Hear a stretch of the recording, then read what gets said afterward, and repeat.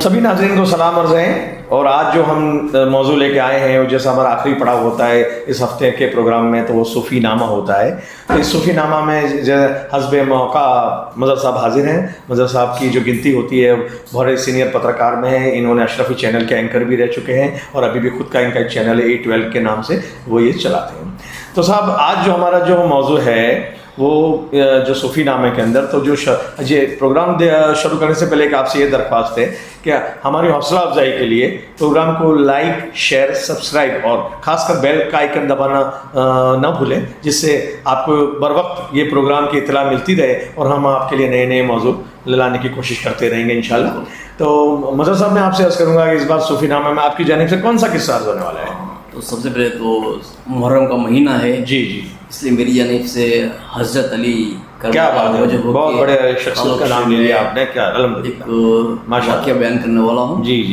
तो ये वाक़या जो है जंग खंदक जी के ताल्लुक से है। जंग खंदक, ठीक है। जंग खंदक पे आपको पता होगा कि वहाँ पर मदीना मुनव्वरा के चारों जानिब जो है खंदक की खोद गई। हाँ, जब गई कुफ़ार मक्का ने हमला किया तब की बात। बराबर। और उसमें बड़े बड़े सरदार जो थे वहाँ पर चारों तरफ से मदीना मुनव्वरा को घेर लिया था। ठीक है। उस वक्त एक शख्स जो था वहाँ का सरदार, जो अपने आप को बहुत ताकतवर समझ रहा था, वो खंदक खुदा कर वहाँ पर पहुँच गया और कहा मेरा मुकाबिल कौन आता है। तब आप सल्लल्लाहु अलैहि वसल्लम ने हज़रत अली करमल्लाहु वजहहू को उनके सामने भेजा मुकाबले के लिए। जी। उसके बाद उस शख्स ने अपनी ताकत दिखाने के लिए अपने घोड़े के जो चारों पैर थे वो तलवार से काट लिए। ठीक है। हज़रत अली करमल्लाहु वजहहू जो थे जी, उन्होंने उस शख्स का दोनों हाथ काट दिए। अच्छा। और दोनों पैर काट दिए। अच्छा। अब बड़ी बेइज्जती के साथ वो जो था ज़मीन पे कर्रा रहा था कि मुझे मार दीजिए, मुझे मार दीजिए। हाँ जी। और उसने आपके चेहरे पर थूक दिया। अच्छा। हज़रत अली करमल्लाहु वजहहू जो थे जी। वो वहाँ से चले गए। कुछ देर के बाद आप वहाँ पर आए तो उस शख्स ने कहा कि मैंने आपको गुस्सा दिलाने के लिए आपके चेहरे पर थूका, लेकिन आपने फिर भी मुझे कत्ल नहीं किया। मेरी बेइज्जती सहन नहीं कर सकता, मुझे कत्ल कर दीजिए। तो हज़रत अली करमल्लाहु वजहहू ने कहा कि अगर मैं उस वक्त आप तेरे को मार देता तो वो मेरी ज़ाती दुश्मनी होती, लेकिन अब मैं जो मारूंगा ये अल्लाह की रज़ा के लिए मारूंगा। यानी हुब्बु लिल्लाह व बुग़्ज़ु लिल्लाह। बिल्कुल। जो दोस्ती भी करो तो अल्लाह के लिए और दुश्मनी भी करो तो अल्लाह के लिए। इसके आपने बिल्कुल ये कौल को सादिक कर दिखाया इसके अंदर, ऐसा वाक़या है। हाँ, और उसके बाद आप उसको कत्ल कर देते हैं। तो कहने का मतलब यहाँ पर ये है कि आजकल हम देखते हैं कि पॉलिटिक्स में जी और सियासत में ख़ास कर ये चीज़ है कि इंसान अपनी जाति दुश्मनी निभाने के लिए किसी ना किसी पार्टी की बुराई करने से नहीं हिचकता। हक परस्ती नहीं रहती। बिल्कुल। जहाँ सामने वाला हक पर भी होता है तब भी उसको नीचे गिराने की कोशिश की जाती है कि ये फलां है, फलां है, फलां है। और यहाँ तक कि ज़ाती ज़िंदगी और अलग ज़िंदगी तो इस्लाम में नहीं है, लेकिन फिर भी इस तरह का कीचड़ उछाला जाता है कि जो चीज़ें उसमें नहीं होती वो भी बयान कर दी जाती है। लेकिन वो ये नहीं सोचते कि हमारी जाति दुश्मनी जो है इसकी बिना से हम जिस दिन तक उसकी बुराई फैला रहे हैं उससे कौम को कितना नुकसान होगा। मुझे हज़रत अली का एक कौल इस मौके पे याद आता है कि हज़रत अली का एक कौल है कि दोस्ती करो तो ऐसी करो कि कल उससे दुश्मनी हो जाए तो वो तुमको नुकसान ना पहुंचा सके, और दुश्मनी करो तो ऐसी दुश्मनी करो कि कल उससे दोस्ती हो जाए तो वो तुम वहाँ पे खसिया नहीं, मतलब ऐसे हालात में ना रहो कि तुम्हें शर्मिंदा होना पड़े। बिल्कुल जी। हाँ, तो आप फरमा रहे थे कि जैसे पॉलिटिक्स में ये होता है कि अक्सर इस तरह से एक दूसरे पर कीचड़ उछाला जाता है। अब ये कीचड़ जो उछाला जाता है इससे क्या होता है कि मेरे कहने का मतलब ये है, ख़ास करके मानो कोई कांग्रेस है और कांग्रेस के खिलाफ कोई शख्स है, अगर उसका काम नहीं हुआ या उसे कोई ओहदा नहीं दिया गया तो वो कांग्रेस के खिलाफ हो जाता है, कांग्रेस की जो है बुराई करना चालू कर देता है। इसी तरीके से मीम का या किसी भी पार्टी की हम बात करें तो इंसान जो है खुद के मफाद के लिए उस पार्टी को बदनाम करने में कोई कसर बाकी नहीं छोड़ता। जैसे मैं आपको बताऊँ इसके पहले कि कौम को एक बहुत ही बड़ा नुकसान हुआ था जिस वक्त जमालपुर की जो सीट है वो कभी भी धरातल भी वहाँ से खाली नहीं रहा था। कौन से साल की बात कर रहे हो आप? ये करीबन मेरा मानना है 2011-12 के आसपास की बात। 1947 से लेके आज तक 2020-21 तक वहाँ पे ये सीट पर और किसी मुस्लिम कैंडिडेट के से वहाँ पे कोई जीत नहीं सका है। एक अपनी आप में एक तारीख रही है। बिल्कुल। ठीक है। अब उस वक्त वाकया ये हुआ था कि साबिर भाई काबली वाला जो है اور صابر بھائی قابلی والا وہاں پر کانگریس کے امیدوار تھے، ٹھیک ہے، لیکن ٹکٹ نہ ملنے کی وجہ سے اس وقت ٹکٹ دی گئی تھی سروادی خان پٹھان کو، ٹھیک ہے، اور صابر بھائی جو ہے وہ ٹکٹ نہ ملنے کی وجہ سے اپکش میں سے کھڑے رہے تھے۔ ٹھیک ہے، اب اس کا فائدہ جو ہے وہ ہوا کسے؟ بھارتیہ مخالف جنتا پارٹی کو ہوا، بھارتیہ جنتا پارٹی کو اس کا ہاں جی۔ فائدہ ہوا تھا۔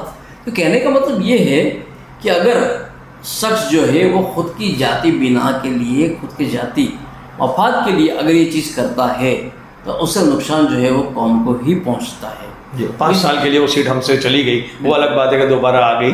من کہنے کا مقصد کہ یہاں پہ ایک دور اندیش سوچ ہونا چاہیے کہ اگر چاہے وہ کانگریس کا امیدوار ہو، چاہے وہ میم کا ہو یا اور کا مسلم حقوق کی حفاظت کے لیے اگر وہ کوشاں ہیں تو ہمیں اسی کی حمایت کرنی چاہیے، چاہے پھر وہ کوئی بھی پارٹی کا، یہ شاید آپ کہنا چاہتے ہیں۔ بالکل ٹھیک ہے، تو ہمارا یہاں یہ جو پروگرام جو ہے یہ صوفی نامہ، اس کے اندر مجھے بھی ایک قصہ یاد پڑتا ہے کہ آپ کو یاد ہوگا اکثر لوگ بڑے لوگوں کو کہتے رہتے ہیں کہ ہمیں کوئی بابا کا پتہ دے دو، کوئی بابا کا پتہ دے دو۔